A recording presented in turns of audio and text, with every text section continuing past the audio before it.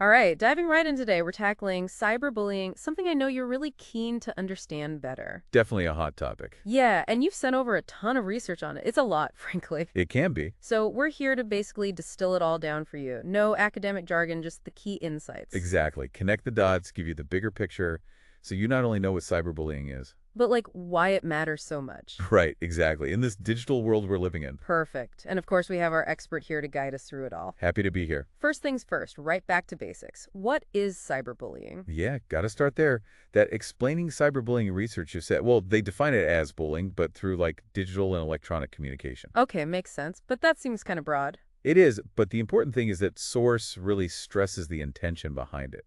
It's aggressive, it's on purpose. It's not just any negative interaction online. Right, so there's got to be that element of wanting to cause harm.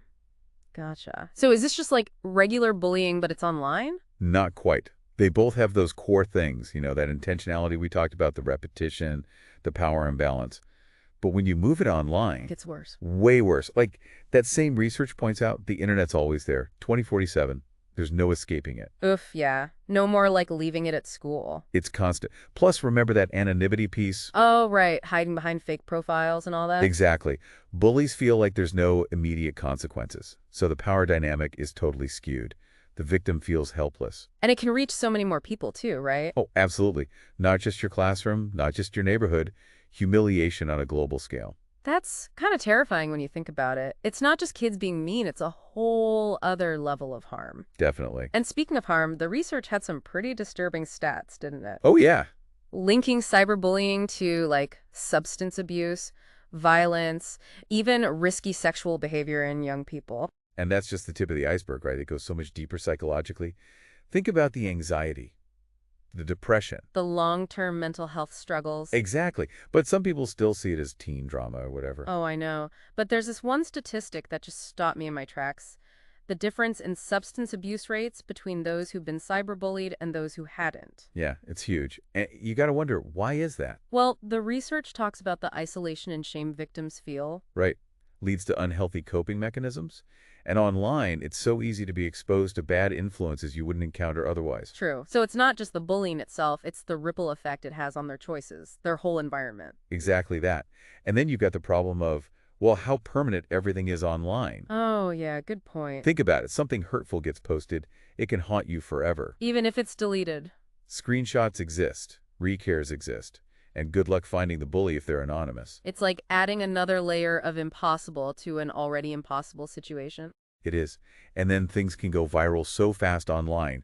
What starts as a little argument explodes and suddenly, It's reaching tons of people. and the harm just multiplies like crazy. It really makes you think, like, what can we actually do about it? It feels so huge. Yeah, it can be overwhelming for sure. But honestly, I think the very first step is just awareness. Awareness, okay. We got to educate ourselves and each other about what it is, how to spot it, how to respond. So knowledge is power, right? Exactly. The more we understand it, the better we can fight back. Makes sense. But how do we get that knowledge out there? Well, got to start somewhere, right? Conversations. At home, in schools, communities. Okay, yeah. Parents need to know what their kids are facing online. Educators need training to, identify it and actually step in when it happens. That's true. What about the kids themselves, though? I mean, they're the ones in this digital world all the time. That's why it's so important to empower them. Give them the tools to navigate it. Tools? Like what kind of tools? Well, for one, knowing how to report cyberbullying and where to report it. Right. We got to make it clear that reporting it isn't snitching. It's about safety for everyone. Totally. And luckily, there are resources out there. Yeah, lots of social media platforms have ways to report it. And there are organizations dedicated to helping victims. That's good to know. Okay, so we've got awareness, we've got reporting. What about preventing it in the first place? Is that even possible? It's a good question, and I think it starts with fostering positive interactions online. Positive interactions. Imagine a digital world where empathy and kindness are the norm. Respect. That's where we need to be heading. So it's not just telling people what not to do, but actively promoting the good stuff. Exactly. It's a total culture shift. Okay, I like that. And part of that is setting boundaries, right? Clear expectations. Schools can have cyberbullying policies. Families can make their own guidelines for how to act online. This all sounds like a lot of work. It is, but it's important work. We can't ignore this. I'm starting to see how it all fits together, though. The education piece, the reporting, promoting positivity, clear boundaries. It's all connected. Speaking of connections, what about technology itself? Is it part of the problem or can it be part of the solution? Ooh, good one. And the answer is kind of both. How so? Well, think about it. Technology is the platform for cyberbullying, right? But it also has incredible potential to help fight it. So a double-edged sword, basically. Kind of, yeah. I mean, some social media platforms are using AI now, artificial intelligence, to, like, detect harmful content. AI to fight cyberbullying. Yep. Hate speech, threats. It can flag that stuff before it even reaches the victim. Wow, so it's like having a digital guardian. Right. And there are even apps and programs for parents now to monitor their kids' online activity. They can even block certain websites as apps. Interesting. So it gives parents more control. Though, isn't there an ethical side to that? Monitoring your kids all the time. Oh, definitely. Raises all sorts of questions about privacy and trust, so those open conversations between parents and kids are key. Finding that balance, huh? Always a balance.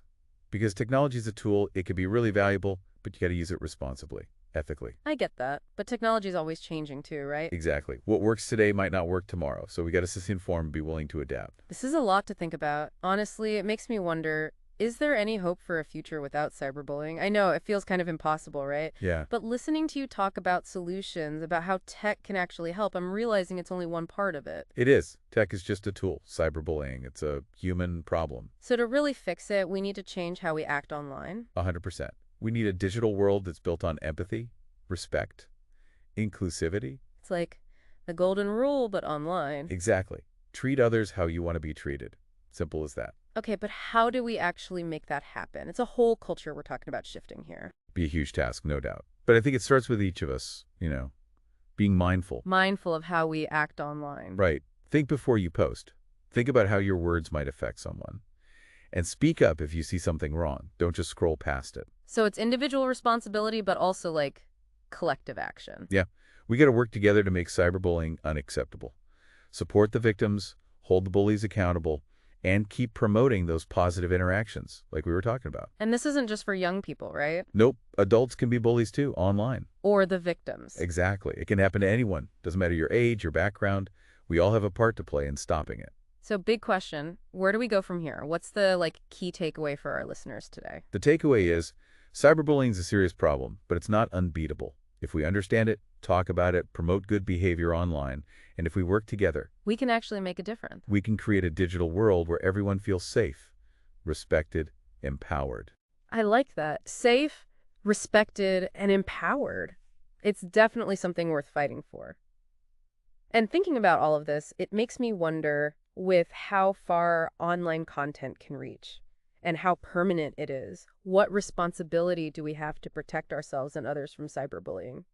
It's a question for all of us as we wrap up this deep dive. Thanks for joining us on this exploration of cyberbullying. It's been a really insightful conversation, and a huge thank you to our expert for walking us through all of this. Until next time, stay curious and stay kind online.